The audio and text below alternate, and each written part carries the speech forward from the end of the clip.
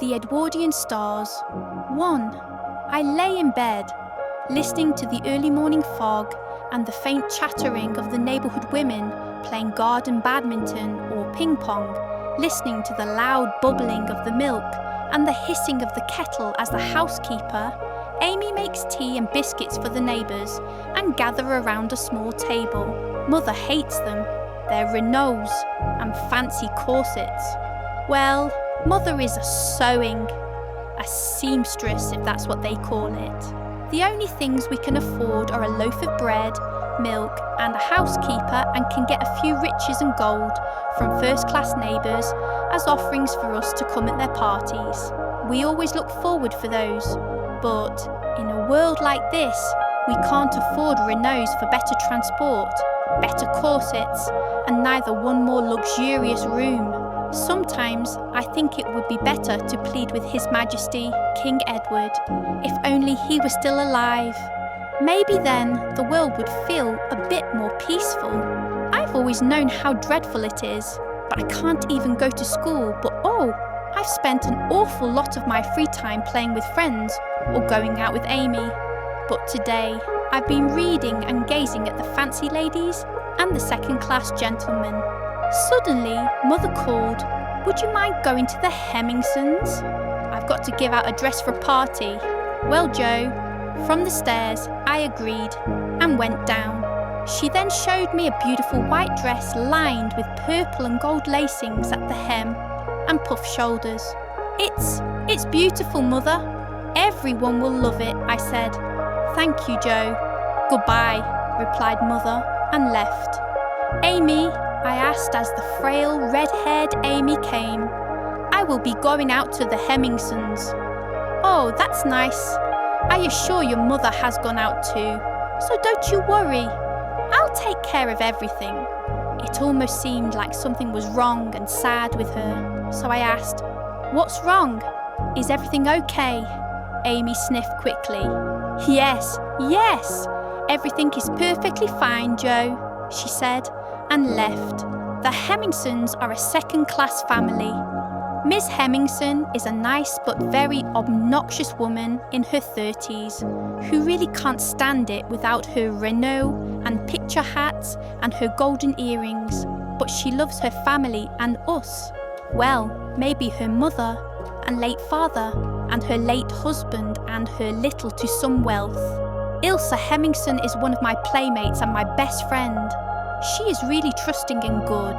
She really cares about her 2-year-old sister, Gabby, and there is always a reason for her to go out and be in the sun for her. So I reached their mansion. Miss Hemmingson opened the door. "Hello, Miss Joe. Come in.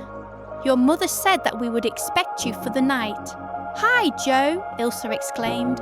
"I hear you are staying here. I'll show you around the house.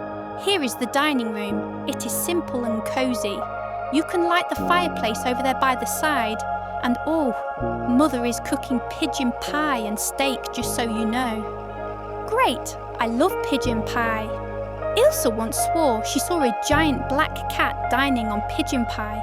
Told me, and I got frightened to the top of my soul.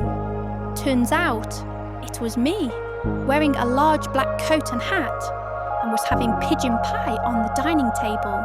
Of course, thank goodness the kitchen was fine then, Miss Hemmingson told. "Joe, let's go to the promised land, Joe," Ilse asked excitedly. "No, I won't give you the money right now. I need it," exclaimed Miss Hemmingson so quickly. "Don't worry, we have the bicycles. We shall not go by the Renaults," surpassed Ilse with quick succession, and I gave Ilse a picnic basket I got from my house. "No need for that, mate. I have one of my own. Put that back in your home, shall you?" Ilse replied, and I did so as she said, and we went to and fro from my place to the Promised Land. The Promised Land was the name we had given for a hill near London, with clematis and forget-me-nots and the greatest, greenest grass, probably greater and greener than anyone has ever seen, with a nice blue sky and a nice array of milky, snow-white clouds, where an old woman with the name Lucy Sawyer lived in a nice cottage near a library she had run. Mother never could afford the library fees, and Miss Hemmingson didn't think it was worth of Ilse to go there, at least till she met me, and we went. Our 9-year-old minds till now had long found the joys in there, with stories of flower fairies and classics being read. One especially caught my happy friend's fancy, long gone. "You promised me to get the book lent to me since yesterday," Ilse exclaimed. "I will today," I promised. "And Ilse, I mean it. We are friends, and friends need to complete their promise. And we are friends, so I will complete the promise." For the book Ilse wanted was What Katie Did, and it was such a lovely bedtime storybook for me and Ilse, and I promised to give it to her one day. I really loved the plot and the writing of Miss Coolidge. We walked in the green, and it was so breezy and nice in there. "Did we not burn a bonnet of my mother when we once came here in the midnight when we were 10 in the library fireplace?" Ilse asked. "We did, except it was not the library fireplace. It was Mrs. Sawyer's fireplace, and the excuse for that was Miss Hemmingson was seeing fairy lights." "Fairy lights indeed," Ilse exclaimed. And so we reached. There, on the door was a sign, "We are closed. Please come back later," written in black. "Please, can we go? Please," Ilse begged. "But it says it's closed," I replied. "Please." And so Ilse climbed up to a window by a rope and entered, and so did I, which wasn't very pleasant for me since it was very high, and I almost fell, but I got in safe to which. There were many classics like Oliver Twist, and many Christmas stories and Pride and Prejudice. "But no, What Katie Did," moaned Ilse. "Anyways, I got to tell you something." "Oh, Ilse, I'm truly sorry you can't find the book, but we will get it, I promise," I replied. "I am your friend, and as a friend, I shouldn't ever break a promise, and it was so very wrong of me too. But I will get you another book for now. I will. And I picked out one book from one end of the shelf. Suddenly a thud came, and Miss Sawyer had gotten in, and she angrily exclaimed, "You brutes, I told you now not to come here," or something like that. And we were so exited and so scared at the same time, we quickly ran, dropping the book on the floor and chasing out of the window, and Ilse swinging up to the bluest skies to the green grass in another thud. "Are you okay?" I said, grabbing her arm. "I'm fine." And we ran all the way to the large ash or maple tree in Promised Land Hills, where the two Marias and Madeline and Eleanor were. We would always play a game called Mill Mary's Troubles near that tree, where everyone would have to pick up a leaf from the tree, and whoever gets the tallest would get to be the chief. The chief would use the leaf and lock a person with the key if it touches her, and get her key too. If another player would need to free the locked girl, she would need to steal the chief's key. This would go on till everyone had their key stolen back. But the problem was, the two Marias would be so confusing to direct that they would need to be called Maria 1 and Maria 2, or they would need different coloured bands on their heads to tell which one's which. For example, the red one is the oldest and the orange one is the youngest. The ash tree in the hills that we had so considered to be listening and whispering was in perfect sync with our joy and sorrows, with every passing season and shade of the fallen leaves, that it had become irresistible for us, Ilse and me and the two Marias and Eleanor, to not go to the Promised Land when it was spring, when the forget-me-nots and clematis and the green grass bloomed and grew with the especially lush trees. Sometimes when playing in the afternoon, we would see yellow-green to greener leaves between the ebony-like black branches. It looked like we were in a painting of sorts, and in autumn, the whole array of hills with the grass bed, all blanketed in a golden or red foliage with the ash tree, saying goodbye to its leaves, even though they would be scattered so nearby. And in autumn, there would be a silver horse belonging to Miss Sawyer, whom we would call a unicorn, and ride through. The autumn made the promised land look like a fairy tale forest. Winter was most joyful for us, and we really wouldn't care about being sick or anything, and we really didn't. It was a time we would sled from the snow in pure joy and play snowball fights with our stuffed animals and teddy bears. "Shall we play that game?" said Eleanor. "No, thank you, lasses. I'm bored. Let's play something else."